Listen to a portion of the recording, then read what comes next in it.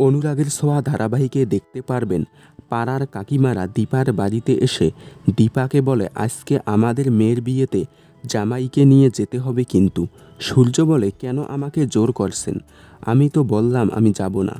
তারপর সূর্য এবং দীপা বিয়ের অনুষ্ঠানে উপস্থিত হয়।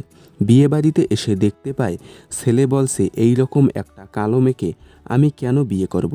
সূর্য ছেলেটাকে একটা থাপ্পড় মেরে বলে, যে মা কালীর সামনে আমরা মাথা নত করে পুজো করি, অঞ্জলি দেই, সে মা কালীর মতো দেখতে একটা মেয়েকে বউ করে নিয়ে যেতে লজ্জা করছে তোমাদের? এটা একটা সুস্থ সমাজের মানুষের পরিচয়? অনেক দিন পর সূর্যর প্রতিবাদী রূপ, যা দেখে বেজায় খুশি দর্শক।